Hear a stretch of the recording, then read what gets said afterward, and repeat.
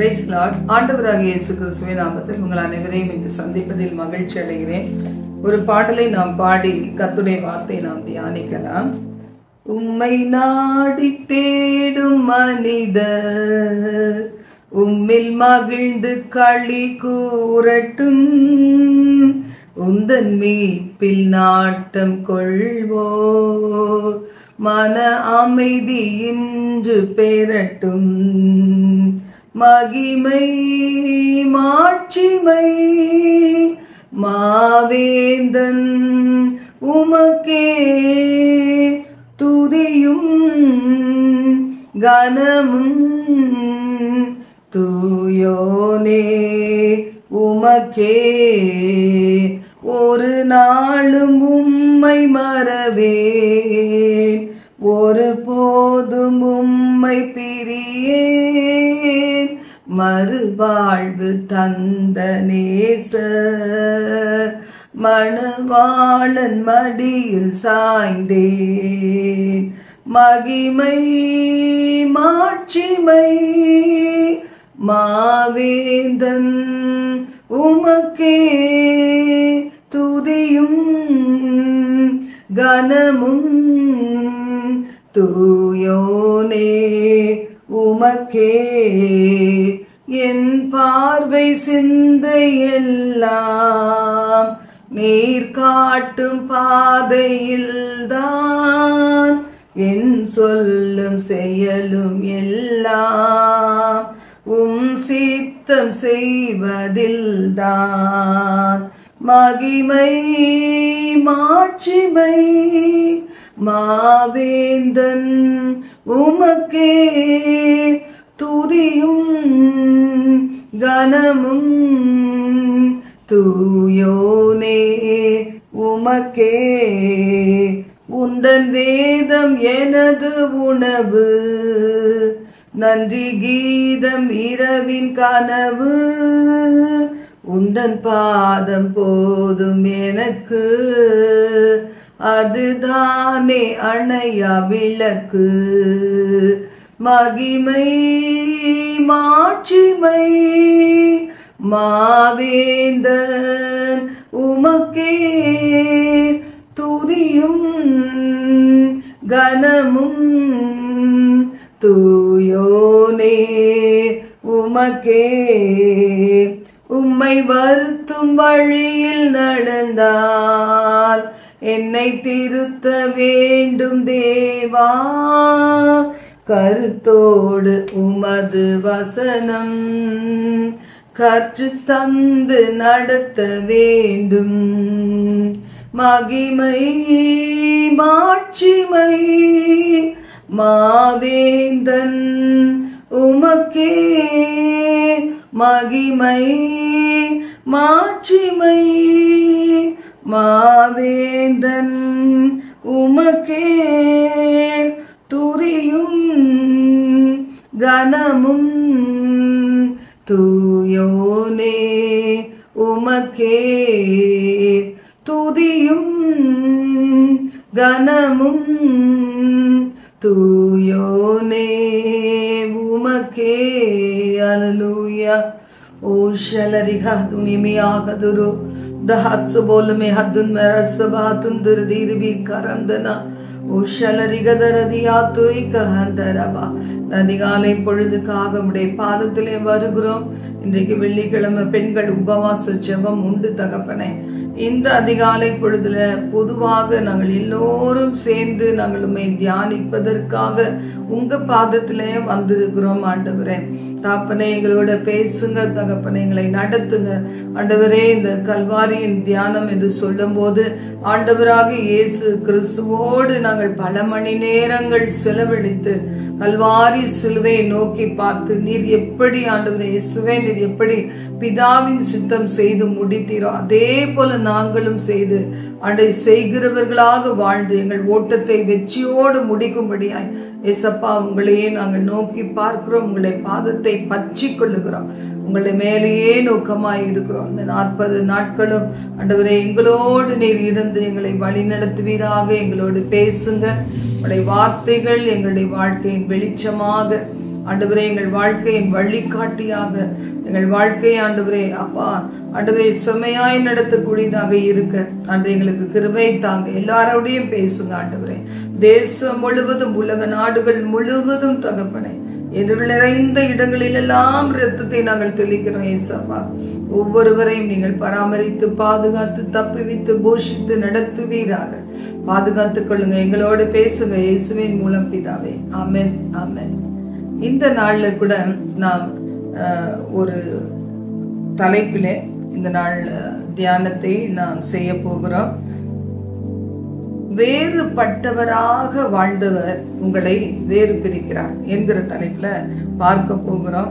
இன்னைக்கு கர்த்தராகிய தேவன் உங்களை என்னையும் வேறு பிரிக்கிறார். ஏன்னா அவருடைய சித்தம் என்ன நம்மை குறித்து அப்படின்னு சொல்லி நம்ம பார்க்கும்போது நாம் எல்லோரும் பரிசுத்தம் உள்ளவர்களாக வேண்டும் என்பதே அவருடைய சித்தமாக காணப்படுகிறது. அதனால இன்னைக்கு தேவன் அதுக்காக என்ன செய்கிறாரு, உலகத்துல இருந்து உங்களை என்னையும் என்ன செய்கிறாரு, அவர் வேறு பிரிக்கிற ஒரு தேவனாக இருக்கிறார். பொதுவா நீங்க பார்த்திருப்பீங்க, விதையெல்லாம் விதைக்கும் போது பாருங்க, உழவர்கள் வந்து அந்த விதைகளை இப்படி விதைக்கிறவங்க அப்படி அள்ளி போடும்போது நிறைய இடத்துல அது எல்லாமே ஒரே இடத்துல அது நல்லா நிறைய இருக்கும்.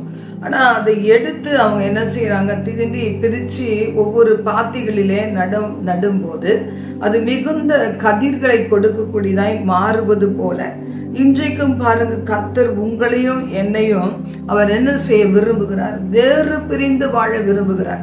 ஆண்டவராக இயேசு கிறிஸ்து இந்த உலகத்துல 33 வருஷங்கள் வாழ்ந்த போது முற்றிலும் வேறு பிரிக்கப்பட்டவராகத்தான் வாழ்ந்தாரு. இன்னைக்கு அவரை தொழுது கொள்ளுகிற அவர் சமூகத்துல பல மணி நேரங்கள் செலவழிக்க இந்த கல்வாரியின் தியானத்தை தியானித்து தேவ சமூகத்திலே பரிசுத்தமாக்கப்பட தங்களை ஒப்பு கொடுத்திருக்கிற தேவ பிள்ளைகளாகிய நம்மை அவர் வேறு பிரிக்கிறார். உலகத்திலே இருந்து வேறு பிரிக்கிறார். ஏன் அப்படி வேறு பிரிக்கிறார்? லேவியராகமம் 20:26 சொல்லுகிறது, கர்த்தராகிய நான் பரிசுத்தராய் இருக்கிற படியினாலே நீங்களும் எனக்கேற்ற பரிசுத்தராய் இருப்பீர்களாக. நீங்கள் என்னுடையவர்களாய் இருக்கும்படிக்கு உங்களை மற்ற ஜனங்களை விட்டு பிரித்து எடுத்தேன். இன்னைக்கு இப்படி பிரித்து எடுக்கிறது நிறைய பேருக்கு அது பிடிக்கிறது கிடையாது. பாருங்க, நாம எப்பவுமே என்ன செய்கிறோம், நம்மள ரொம்ப நேசிக்கிறவர்களோட நமக்கு ரொம்ப பிடித்த இடங்களிலே நாம் வாழ விரும்புகிறோம். ஆனா ஆண்டவராகிய கர்த்தரோ நம்மை வேறு பிரிக்கிறார். அவருடைய உன்னத பர்பஸ், உன்னதமான நோக்கம், ஒரு டிவைன் பர்பஸ்க்காக நீங்களும் நானும் இந்த உலகத்திலே வைக்கப்பட்டிருக்கிறோம். இனிமேலும் வாழ்ந்து கொண்டு இருக்கிறோம். அப்போ கர்த்தருடைய வார்த்தை சொல்லுகிறது, நீங்கள் எனக்கு ஏற்ற பரிசுத்தராய் இருங்கள். இன்னைக்கு பரிசுத்தம்னா சொல்லி உலகத்துல நிறைய சொல்லுவாங்க. நகைகள் எல்லாம் எடுத்துட்டு அவர் பரிசுத்தம், white sari, white pant shirt, white safari இப்படி எல்லாம் போட்டுக்கிட்டா ஒரு பரிசுத்தம் சொல்லி சொல்லுவாங்க. பல காரியங்கள் போதிப்பாங்க. அப்படியே ஜெபனா என்ன, நேர்முட்டியில நின்று அப்படியே கரங்களை உயர்த்தி அப்படியே ஆராதிக்கிறது மட்டும்தான் ஜெபம்லாம் சொல்லுவாங்க. அதுதான் பரிசுத்தம் எல்லாம் சொல்லுவாங்க. ஆனா ஆண்டவர் சொல்றாரு, எனக்கு ஏற்ற பரிசுத்தராய் இருங்கள். அப்ப அந்த பரிசுத்தத்தை சொல்லி கொடுப்பவர் யாரு? கர்த்தராகிய தேவன் தான். தம் வார்த்தையின் மூலமாக அவர் நடந்த பாதைகளிலே நாம் நடக்கும்போது அவருக்கேற்ற பரிசுத்தத்தில் நாம் நடக்கிறோம்.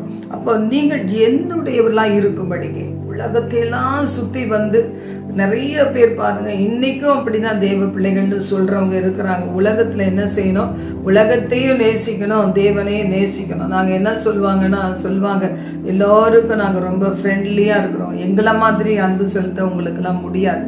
ஆனா எல்லாராலையும் எல்லார் மாதிரியும் எல்லாரோடையும் எப்பொழுதுமே பழகக்கூடியவெல்லாம் இருக்க முடியாது. ஏன்னா கர்த்தர் நம்மை வேறு பிரித்து நடத்துகிற தேவனாய் இருக்கிறார். எனக்கு நீங்க வேணும் அப்படின்னு சொல்லி ஆண்டவர் நம்மை வேறு பிரிக்கிறார். சில சமயங்களிலே நம்மளை வேறு பிரிக்கணும்னா பாருங்க என்ன செய்வாரு, ஒரு கூட்டத்துல இருந்து அப்படியே நம்மை பின்தொடருகிற அநேக காரியங்களை அனுமதித்து சில நேரங்கள்ல நம்மை வேறு பிரிக்கிறார். கூட்டத்துல இருந்து வேறு பிரிக்கிறார். பாருங்க, நகோமி அவங்களுடைய கணவன் அவங்களுடைய மகன்களோடு போனாங்க. பெத்லகேம் என்கிற அப்பத்தின் வீட்டை விட்டு அவங்க போனாங்க. அதனால பல நஷ்டங்களை அடைந்து திரும்பி வரும்போது பாருங்க, நகோமியோட 2 மருமகள்கள் வராங்க. ஆனா ஒரு மருமகள் என்ன செய்யறா, உலகத்தை நோக்கி போகிறா. ஆனா அந்த இடத்துல பாருங்க, ரூத் வேறு பிரிக்கப்பட்டு நகோமியோடு இணைக்கப்பட்டு இருவரும் அந்த இடத்துல இருந்து பெத்லகேமை நோக்கி அப்பத்தின் வீட்டை நோக்கி வேறு பிரிக்கப்பட்டவர்களாய் வருகிறாங்க. அவளுடைய வாழ்க்கையில எவ்வளவு மகிமையான காரியங்கள் சம்பவிக்கிறது என்பதை நாம் பார்க்கிறோம். இந்த உலகத்திலிருந்து, உலக ஐக்கியங்களில் இருந்து, தேவையில்லாத நண்பர்களின் ஐக்கியங்கள் இருந்து, தேவையில்லாத உறவுகளில் இருந்து, தேவையில்லாத இடங்களில் இருந்து உங்களையும் என்னையும் கர்த்தர் வேறு பிரிக்கிற தேவனாக இருக்கிறார். தீத்து 2ஆம் அதிகாரம் 14ஆம் வசனம் சொல்லுகிறது, அவர் நம்மை சகல அக்கிரமங்களினின்று மீட்டு கொண்டு. அதனால தான் வசனம் சொல்லுகிறது, பரிசுத்தமுள்ளவன் இன்னும் பரிசுத்தமாக, நீதி செய்கிறவன் இன்னும் நீதி செய். அப்போ சகல அக்கிரமங்கள், ஒருவேளை நம்ம ஓரளவு பரவாயில்ல. சில பேர் சொல்லுவாங்க, நான் முன்னாடிலாம் பயங்கர கோவக்காரியா இருப்பேன், இப்ப நான் எவ்வளவு பெட்டர். முன்னாடிலாம் வெஞ்சன்ஸ் வைப்பேன், பழி வாங்குற சுபாவம் இருக்கும், இப்ப எவ்வளவு பெட்டர் சொல்லுவாங்க. ஆனா ஆண்டவர் சொல்ற, பெட்டர் இல்ல, பெஸ்ட் உன்னிலே நான் எதிர்பார்க்கிறேன். ஏன்னா அவர் பெஸ்ட், த பெஸ்ட். அவர் ஒருவர் தான் கடவுள். அப்படி இருக்கும்போது பாத்தீங்கன்னா, நம்மள ஏதோ ஒண்ணு நம்ம வாழ்கிறோம் கிடையாது. ஆண்டவர் நம்மள பெரிய காரியங்களை அவர் எதிர்பார்க்க, சகல அக்கிரமங்களினின்றும் மீட்டு கொண்டு தமக்குரிய சொந்த ஜனங்களாக, நற்கிரியைகளை செய்பவர்களாக நம்மை சுத்திகரிக்கும்படி நமக்காக தம்மை தாமே ஒப்பு கொடுத்தார். அவர் பிதாவின் சித்தம் செய்ய இந்த உலகத்துக்கு வந்தது எதற்காக ஒப்பு கொடுத்தார் என்று பார்க்கும்போது, நம்மை அக்கிரமங்களினின்று மீட்டுக் கொள்வதற்காக, தமக்குரிய சொந்த ஜனங்களாக மாற்றுவதற்காக, வேறு பிரிப்பதற்காக, நற்கிரிகளை செய்வதிலே வைராக்கியம் உள்ளவர்களாக மாற்ற வேண்டும். அதற்காக நம்மை சுத்திகரிக்கும்படி தன்னை நமக்காக ஒப்பு கொடுத்தார் என்று வேதம் சொல்லுகிறது. அப்ப இந்த தேவனாகிய கர்த்தரை நோக்கி சில நேரங்கள்ல நாம் கூக்குரலிட்டு கெஞ்சும்படியா, கூப்பிடும்படியாய், ஒரு பயத்தோடு நடுக்கத்தோடு ரட்சியம் கர்த்தாவே என்று கதறும்படியான சூழ்நிலைகளை கூட தேவன் சில நேரங்களில் அனுமதிக்கிறார். பாருங்க, அந்த சோதம் அழிய போகும்போது அந்த தூதர்கள் வந்து அவர்களை லோத்துவினுடைய மருமகள்கள் எல்லாம் கையை பிடிச்சு இழுத்துட்டு வரும்போது லோத்து பயப்படுகிறார். நான் அந்த இடம் போகிற வரைக்கும் நீங்க அழிச்சிடாதீங்க என்று சொல்லி, நீங்க சொன்ன ஊர் ரொம்ப பெருசு, ரொம்ப தூரத்துல இருக்கு, நான் பக்கத்துல இருக்கிற இடத்துக்கு நான் போகிறேன். அப்பவும் கர்த்தர் கிருபை தருகிறார். தன்னுடைய பிள்ளைகளை எப்படி ஆகணும், காப்பாற்றணும். இன்னைக்கு கூட உலகத்துல அவரது சாயல படைக்கப்பட்ட அனைத்து பிள்ளைகளும் ரட்சிக்கப்பட்ட மாட்டாங்களா? கர்த்தரை அறிந்திட மாட்டாங்களா? பரலோக ராஜ்யத்துக்கு வந்துட மாட்டாங்களா? பிசாசுக்காக அவன் தூதர்களுக்கு ஆயத்தப்படுத்தின அந்த நரக அக்கினியிலிருந்து விடுவிக்கணும் தான் பிதாவாகிய தேவன் பொறுமையா இருக்கிறார். அவர் வரப்போகிறார். வருகைக்குரிய சகல அதிக அடையாளங்கள் நடந்து கொண்டே இருக்கிறது. ஆனால் அவர் பொறுமையா இருக்கிறதுக்கு காரணம் என்ன? நம்முடைய குடும்பத்துல இத்தனை பேர் பின்மாற்றத்துல இருக்கிறாங்க. அவர்களை வேறு பிரித்து இழுத்து கொண்டு வருவதற்கு தேவன் ஆவல் உள்ள தேவனா இருக்கிறார். இப்ப கர்த்தருடைய வார்த்தையை சொல்லுகிறது சங்கீதம் புத்தகத்துல, நான் கர்த்தரை நோக்கி சங்கீதம் 142:6 என் கூக்குரலுக்கு செவி கொடும், நான் மிகவும் தாழ்த்தப்பட்டேன், என்னை பின் தொடர்கிறவர்களுக்கு என்னை தப்புவியும், அவர்கள் என்னிலும் பலவான்களா இருக்கிறார்கள். இப்ப பாருங்க, இப்படி ஒரு ஆபத்து வந்தாதான் தேவனை தேடுகிற அநேகர் உண்டு. இப்ப எக்ஸாமினேஷன் நடக்குது, வாலிப பிள்ளைகள் ஆண்டவரை தேடுவாங்க, அவங்க தாய் தகப்பன் ஆண்டவரை தேடுவாங்க, பெண்கள் ஊழியத்துக்கு வராதவங்க எல்லாம் வருவாங்க, உபவாசிப்பாங்க. ஏன்னா தான் பிள்ளைய நல்ல லெவலுக்கு கொண்டு வரணும், அவங்களுக்கு செலவு பண்ணுறதுக்கு நிறைய பணம் தேவைப்படுது, அது எங்ககிட்ட இல்லை. இந்த நாள்ல உபவாசித்து ஜெபித்து கண்ணீர் சிந்தை தேவனுடைய இரக்கத்தை பெற்றுக்கொள்ளணும்னு அநேகர் கர்த்தரை தேடுவாங்க. தேவ பிள்ளைகள், தேவனை அறிந்தவங்க. தேவனை அறியாதவர்களும் அப்படித்தான் பாருங்க, மெய் தேவன் என்று சொல்லி அநேக காரியங்களை நமஸ்கரித்து அவங்க ஒரு பக்கம் தேடுறாங்க. அப்படி தேடுகளுக்கு தேவன் தென்படுவார், ஆண்டவராகி கர்த்தர் தென்படுவார். ஏன்னா பக்தி உள்ளவர்களை தமக்கென்று தேவன் தெரிந்து கொண்டார். இல்லைன்னா ஒரு ஆசை குடும்பத்திலிருந்து, பரிசுத்தம்னா என்னன்னே தெரியாத பேக்ரவுண்ட்ல இருந்து கர்த்தர் என்னை தெரிந்து கொண்டிருக்க முடியாது. ஆண்டவராகிய கர்த்தர் என்ன, அவருக்கு பயப்படுற பயம் என்ன? அவர் உயிருள்ளவர். அவர்கிட்ட நம்ம பாவங்கள் செய்யும் போது அவர் அடிக்கப்படுகிறார், நொறுக்கப்படுகிறார், பிழியப்படுகிறார். எந்த ஒரு சத்தியமும் தெரியாதபடி மனிதர்கள்ட்ட பாவத்தை அறிக்கையிட்டு பாவ மன்னிப்பை பெற சில ஜெபங்களை சொல்லி கொண்டிருந்த என்னை ஆண்டவர் வேறு பிரித்திருக்க முடியாது. பல சூழ்நிலைகள் விரட்ட விரட்ட கூக்குரலிட்டு ஆண்டவரை நோக்கி கதறி கூப்பிட்டு என்னிலும் பலவான்களாயிருந்த பல சத்துருக்கள் நெருக்கும் போது, வியாதி விகினங்கள், பிசாசினுடைய கிரியைகள், எதிரான ஜனங்கள் உருவாக்கி அனுப்பின பல ஆயுதங்கள் எங்களை விரட்டி விரட்டி தொடரும் போதுதான் கர்த்தர் சமூகத்திலே தேவன் என்ன செய்தார்? வேறு பிரித்து தமக்கு என்று தெரிந்து கொண்டதை உறுதிப்படுத்தினார், என்னை அறியும்படி செய்தார். உங்களுக்கும் ஆண்டவர் தான் சொல்லுகிறார், நீங்க வேறு பிரிக்கப்பட்டவர்கள், வேறு பிரிந்து வாழ்ந்த இந்த உலகத்திலே தேவனால் வேறு பிரிக்கப்பட்டவர்கள், அவருடைய கண்ட்ரோலில், அவருடைய திட்டத்தின் கீழே இருக்கிறவர்கள் என்று கர்த்தரை வார்த்தை சொல்லுகிறத நாம பார்க்கிறோம். உபாகமம் 7:6 சொல்லுகிறது, நீ உன் தேவனாகிய கர்த்தருக்கு பரிசுத்த ஜனம், பூச்சக்கரத்தில் உள்ள எல்லா ஜனங்களிலும் உன் தேவனாகிய கர்த்தர் உன்னை தமக்கு சொந்தமாய் இருக்கும்படி தெரிந்து கொண்டார். இப்ப இந்த உலகத்துல சொந்தத்தை தேடி அலைந்து கொண்டிருக்கிறவங்க அநேகர். ஒரு சொந்தம் விட்டு போயிடக்கூடாதுங்கிறதுக்காக திருமணத்தை முடித்து கொடுத்து அநேகருடைய வாழ்க்கை நாசமான நிலைமையில எப்படியோலாம் காணப்படுகிறது நம்ம உலகத்துல பார்க்கிறோம். உறவுகளை இழந்துடக்கூடாது, சொந்தத்தை இழந்துடக்கூடாது, எனக்கென்று சொந்த ஜனங்கள் இல்லையேன்று ஏங்கி அதை ப்ளீஸ் பண்ணி தக்க வைத்துக் கொள்ளுகிறதுக்காக எவ்வளோ சாக்ரிஃபை பண்ணி எவ்வளோ காரியங்களை கர்த்தரை கூட துக்கப்படுத்தி ஓடிக்கொண்டிருக்கிற பிள்ளைகளை நாம் பார்க்கிறோம். ஆண்டவருடைய வார்த்தை சொல்லுகிறது, எனக்கு உன் தேவனாகிய கர்த்தருக்கு பரிசுத்த ஜனம் நீ. எவ்வளோ பேர் பூமியில இருக்கிறாங்க, ஆனா உன்னை மட்டும்தான் தனக்கு சொந்த ஜனமாக தெரிந்து கொண்டார். இதை நம்ம புரிந்து கொள்ளணும். சிலுவையில எனக்காக ரத்தம் சிந்தி ஏற்ற காலத்திலே நான் அழிந்து போகாதபடி தன்னை எனக்கு வெளிப்படுத்தி கொடுத்து அவருடைய இரத்தத்தினால் கழுவப்பட்ட ஒரு பரிபூர்ணமான பூரண வாழ்க்கைக்குள்ளார் என்னை நடத்தி வருகிறார்னா அந்த அன்பு எவ்வளோ பெரியது. இதை நாம் மறந்துவிட முடியுமா? நம்ம என்ன செய்யணும்? இந்த நாட்கள் அதிகமாக யோசித்து பார்த்து அர்ப்பணிக்க வேண்டும் என்று வசனம் சொல்லுகிறது. அதனால லேவியராகமம் 20:7-8 சொல்லுகிறது, ஆதலால் நீங்கள் உங்களை பரிசுத்தப்படுத்தி கொண்டு பரிசுத்தராயிருங்கள், பரிசுத்தப்படுத்தி பரிசுத்தராயிருங்கள். இந்த நாட்கள் அதிகாலை ஜெபம் நம்முடைய தேவாலயத்துல, நம்முடைய காம்பவுண்டின் பகுதிகளில் இருக்கிற சபைக்கான இடத்திலே நம்ம வைக்கிறோம். சபைக்கான ஒரு இடம், அதுதான் நம்ம சொல்ல முடியும் இப்போதைக்கு. அப்ப அந்த இடத்துல நாம் கூடி ஜெபிக்கும் போது பாருங்க, அதிகாலையில எழுந்து எவ்வளவு நம்மளை ரெஃப்ரெஷ் பண்ணிட்டு நல்லா ஆயத்தப்படுத்தி கொண்டு, மனதளவில் ஆயத்தப்படுத்தி கொண்டு, வசனங்களால் நம்மை தயார் பண்ணி கொண்டு, பாடல்களை பாடி ஆராதித்து விட்டு அதற்கு பிறகு தேவனுடைய சபைக்கு நாம் கடந்து சென்று, அப்ப என்ன செய்கிறோம்? ஆவியாத்மா சரீரத்துல ஒரு பரிசுத்தத்தைக்குள்ளாக கடந்து சென்று அதற்கு பிறகு தேவ பிள்ளைகளோடு இணைந்து நாம் கர்த்தருடைய சமூகத்துல காத்திருக்க நம்ம கடந்து போகிறோம். அப்படி இருக்கும்போது நீங்கள் உங்களை பரிசுத்தப்படுத்தி கொள்ள வேண்டியது ஒன்று, பரிசுத்தராய் இருங்கள் என்று வேதம் சொல்லுகிறது. நான் உங்கள் தேவனாகிய கர்த்தர். நான் எப்படி அப்படி நீங்க இருக்கணும்? ஏன்னா நான் உங்கள் தேவன், நீங்க என்னுடைய ஜனம் என்று வேதம் சொல்லுகிறது. அப்ப என் கட்டளைகளை கை கொண்டு நடவுங்கள், நான் உங்களை பரிசுத்தமாக்குகிற கர்த்தர்.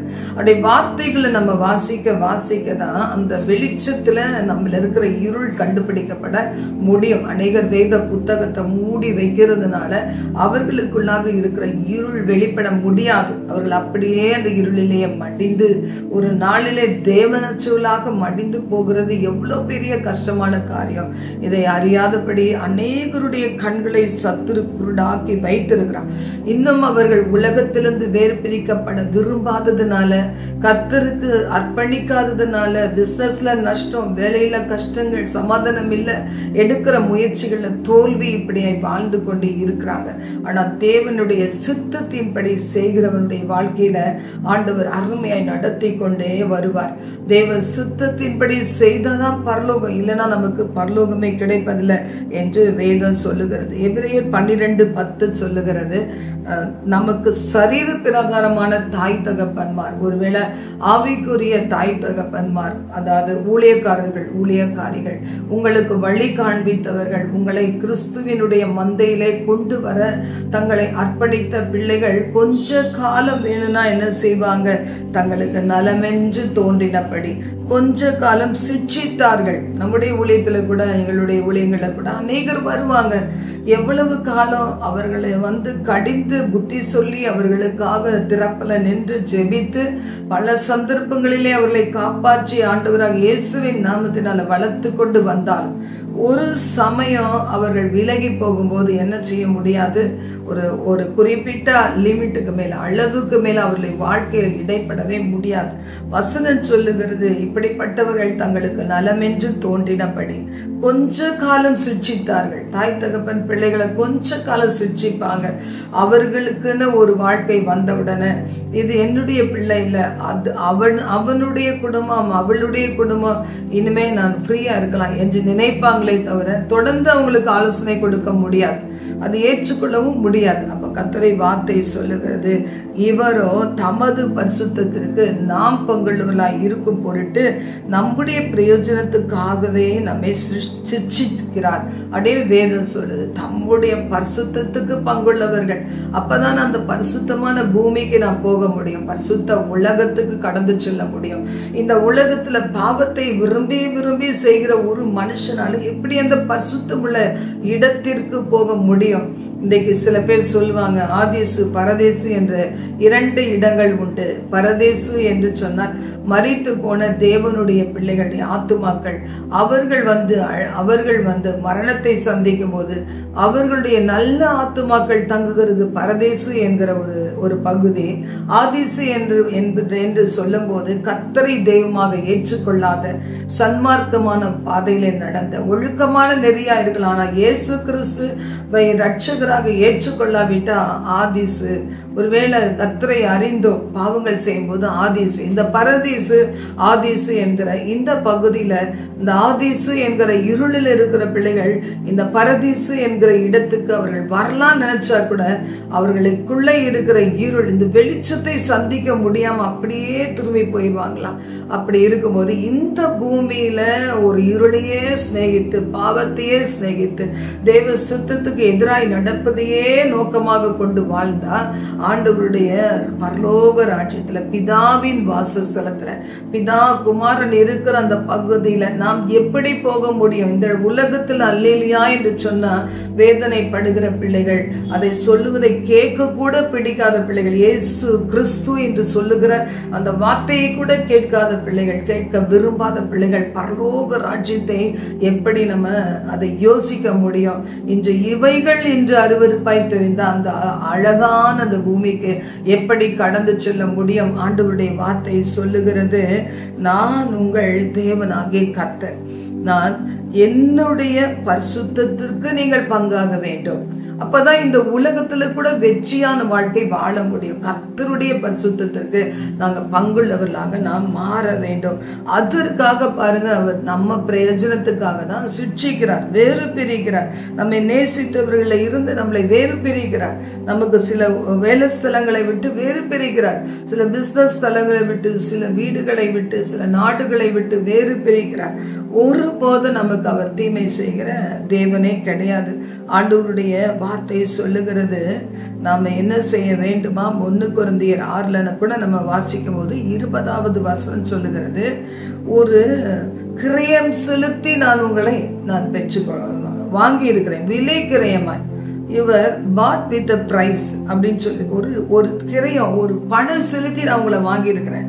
அதனால நீங்க என்ன செய்யுங்க, உங்களுடைய சரீரத்தினாலேயும் உங்களுடைய ஆவியினாலும் கர்த்தரை மகிமைப்படுத்துங்கள் என்று சொல்லப்பட்டிருக்கு. ஏன்னா அநியாயக்காரர் தேவனுடைய ராஜ்யத்துல பிரவேசிக்க முடியாது என்று வேதம் சொல்லுகிறது. பாருங்க, வஞ்சிக்கப்படாதீங்க. நான் பிரவேசித்திருவேன் சொல்லி யோசித்து கொண்டு இருக்காதீங்க. இயேசு கிறிஸ்து என்கிற ஒரே மணவாளனுக்கு நியமிக்கப்பட்ட பிள்ளைகளாய் இருந்தா நாம் எப்படி வாழ வேண்டும்? வேசி மார்க்கத்தாரா இருக்கக்கூடாது, விக்கிரக ஆராதனைக்காரரா இருக்கக்கூடாது, விபச்சாரக்காரராக, சுய புணர்ச்சி ஆட்புணர்ச்சிக்காரராக இருக்கக்கூடாது, திருடராக, பொருளாசைக்காரராக, வெறியராக, உதாசீனம் பண்ணுகிறவராக கொள்ளைக்காரராக இருக்கக்கூடாது என்று வேதம் சொல்லுகிறது. ஒரு காலத்துல வாழ்ந்திருக்கலாம். இன்னைக்கு ஆண்டவர் எவ்வளவு தருணத்தை கொடுத்து பல முறை அவருடைய இரத்தத்தை சிந்தி நீங்க அழும்போது கதறும்போதெல்லாம் கழுவி சுத்திகரித்து நீதிமான் என்று சொல்லி அவர் வைத்திருக்க மறுபடியும் நம்ம எப்படி போக முடியும்? நிச்சயமா போகவே முடியாது. நமக்கு முன்னாக கிறிஸ்துவை வைக்கும் போது நம் பழைய காலத்தினுடைய கஷ்டங்கள், பாவங்கள், அக்கிரமங்கள், மீறுதல்கள், அசுத்தங்கள் மூலம் நாம் சந்தித்த பல விதமான கஷ்டங்களை நினைத்து பார்த்தோம்னா நிச்சயமா நம்ம பின் திரும்பி போகவே மாட்டோம். இன்று என்னை ஜெயத்தின் பாதையில வைத்திருக்கிறார், ஜெயத்தை கொடுத்திருக்கிறார். கிறிஸ்து இயேசுக்குள் எல்லா இடங்களிலும் என்னை வெற்றி சிறக்க பண்ணி இருக்கிறார் என்று சொல்லி நீங்களும் நானும் நினைக்கும் போது ஒரு நாளும் அந்த பழைய வாழ்க்கையை நம்ம யோசித்து கூட பார்க்க முடியாது. கர்த்தருடைய வார்த்தை சொல்லுகிறது, நீ என்னோடு கூட இணைக்கப்பட்டிருப்பாயானா என்னைத்தான் நீ வெளிப்படுத்த முடியும் என்று கர்த்தருடைய வார்த்தை சொல்லுகிறது. நம்ம சரீரமானது தேவனால் பெற்ற நம்மில தங்கி இருக்கிற பரிசுத்த ஆவியின் ஆலயம் என்று வேதம் சொல்லுகிறது. அப்ப நமக்குரியவங்களே கிடையாது, ஆண்டவருக்குரிய பிள்ளைகள்.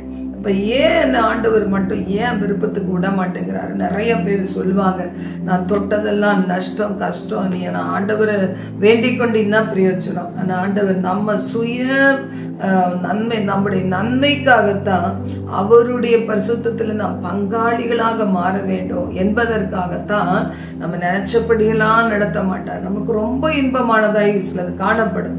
மனுஷனுக்கு செம்மையாய் தோன்றுகிற வழிகள் உண்டு, அதன் முடிவு மரண வழிகள். அதனால்தான் இந்த காரியம் அந்த காரியம் சொல்லி எல்லாத்துல இருந்தும் எப்பக்கமும் நெருக்கப்பட்டவர்களாய் சூழ்ந்து ஆண்டவராகிய கர்த்தர் பல சூழ்நிலைகளை கொடுத்து என்ன செய்கிறாரு? அவரது திவ்ய பாதையிலே நம்மை நடத்துகிறார். அதனால இன்றைக்கு சோர்ந்து போகாதிருங்க. தேவன் நடத்துகிற பாதைகளை பிதாவாகிய தேவன் கிட்ட இருந்து அந்த நோக்கத்தை எடுத்துக்கொண்டு வந்து இந்த பூமியிலே வாழ்ந்த ஆண்டவராகிய இயேசு கிறிஸ்து என்றாவது ஒரு நாள் சோர்ந்து போனதே கிடையாது.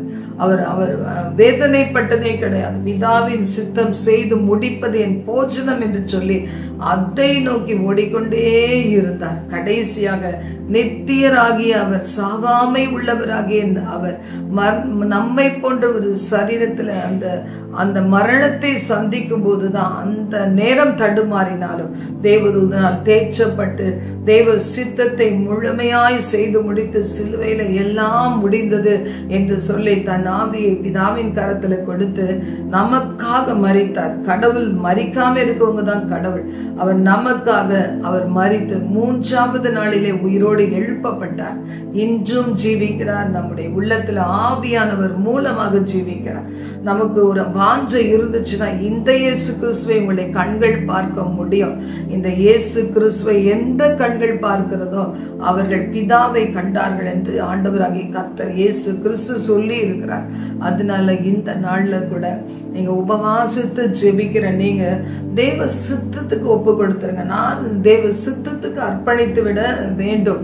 இல்லைன்னு பிடிவாதமாய் நம்ம போனோம்னா லோத்துவின் மனைவி உப்பு தூணானது போலதான் நம்ம போய்விடுவோம். நம்ம ஜெபிக்கலாமா? எங்கள் பரலோக தேவனே, எங்களை நாங்கள் முழுமையாய் அர்ப்பணிக்கிறோம் ஆண்டவரே. இந்த மூன்றாவது நாளில வேறு பிரிக்கிறவராய் வேறுபடுத்தி வாழ்ந்த தேவன் நீர் எங்களை வேறு பிரிக்கிறீர் ஆண்டவரே. அதற்காக ஸ்தோத்திரம் என்று சொல்லி உங்களை நன்றியோடு கூட ஆண்டவரே துதித்து மகிமைப்படுத்த கிருபை தாங்க தகப்பனே. ஏசப்பாவுக்கு நன்றி செலுத்துகிறோம், நன்றி செலுத்துகிறோம், நன்றி செலுத்துகிறோம். நீங்க எங்ககிட்ட என்ன எதிர்பார்த்து எங்களை பிரித்தெடுத்து நடத்தி வர்றீங்களோ, சிக்ஷித்து சீர்படுத்தி ஸ்திரப்படுத்துறீங்களோ, அந்த நோக்கத்திலே நாங்கள் பங்குள்ளவர்களாய் மாறும்படி எங்களுக்கு கிருபைகளை கொடுத்து எங்களுடைய மென்மையான கரங்களை நீங்க பிடித்து பலத்த கரத்தினால் எங்களை கரங்களை பிடித்து நீங்க நடத்தும்படி ஜெயமுள்ள ஜீவியம் செய்யும்படி கிருபை தாருங்க. இன்னைக்கு நாங்க இதை தொடர்ந்து பல மணி நேரங்கள் ஜெபிக்க போகிறோம் ஆண்டவரே. இப்படியாய் தகப்பனே, எண்ணிறந்த பிள்ளைகள் தேவனால் நாம் வேறு பிரிக்கப்படுகிறோம், வழிநடத்தப்படுகிறோம் என்பதை உணராதபடி தோல்வி மனப்பான்மையிலும் கடின உள்ளத்தோடையும் கர்த்தரோடும் ஆண்டவரை சண்டையிட்ட நிலைமையில மனிதர்களோடும் சமாதானமற்ற நிலைமையில அநேகர் ஜீவிக்கிறாங்க. அவர்களுக்காக நாங்கள் வேண்டிக் கொள்ளும் போது எங்கள் ஜெபங்கள் அங்கீகரிக்கப்படட்டும். உடைய சித்தப்படிதான் நாங்கள் ஜெபிக்கிறோம். எல்லா மனுஷரும் ரட்சிக்கப்படும். எல்லா ராஜாக்கள், எல்லா பிரபுக்கள், எல்லா அதிகாரிகள், எல்லா மந்திரிகள், ஆண்டவரே எல்லா மேன்மையான அதிகாரத்துல அந்தஸ்துல உள்ள தலைவர்கள் எல்லாருக்காகவும் ஜெபிப்பது உங்களுடைய சித்தம். இந்த நாளிலே நாங்கள் 11 மணி வேளையில நாங்கள் சேர்ந்து ஜெபிக்கும் போது என் ஆண்டவர் எங்களுடைய ஜெபங்களுக்கு பதில் கொடுப்பீராக. ஒவ்வொருவரையும் அணைத்துக் கொள்ளும் கரத்தின் பாதுகாப்பு, அரவணைப்பு அவர்கள் மீது சூழ்ந்து கொள்ளட்டும் என்று ஜெபிக்கிறேன். திவ்ய பிரசனம் அவர்களுடைய அந்த ஆண்டவரை முரட்டாட்டங்களை எடுத்து போட்டு, ஆண்டவரே நான் என்ன செய்ய சித்தமாய் இருக்கிறீர் என்று சொல்லி ஆண்டவரே நாங்கள் கேட்டு முன்னேறி செல்ல எங்கள் ஒவ்வொருவருக்கும் கிருபை தாரும். இன்னும் ஆழங்களிலே உங்களை கரத்தை பிடித்து கொண்டு நாங்கள் நடத்தப்படவும் உமக்காக திரளான ஆத்துமாக்களை ஆதாயப்படுத்தி உமது ராஜ்யத்திலே நாங்கள் மகிமையின் ராஜ்யத்திலே பிரவேசிக்க மட்டும் ஆண்டவரே உமக்கு நன்றியறிதல் உள்ளவர்களாக வாழ இறுதி பரிந்தம் நிலைத்திருக்க கிருபை தருவீராக. ஒவ்வொருவருடைய காத்திருப்புகளை ஆண்டவரே இறுதியில நன்மையாய் முடிய பண்ணும். ஒவ்வொரு விண்ணப்பங்கள், ஒவ்வொரு கண்ணீரின் துளிகள், பெருமூச்சுகள் உன் சந்நிதியில ஏற்றுக்கொள்ளப்படட்டும். ஆண்டவரே நீரே அற்புதங்களை காண செய்யும். ஆசீர்வதி இயேசுவின் நாமத்தில் ஜெபிக்கிறோம் எங்கள் ஜீவனுள்ள நல்ல பிதாவே. ஆமென். God bless you.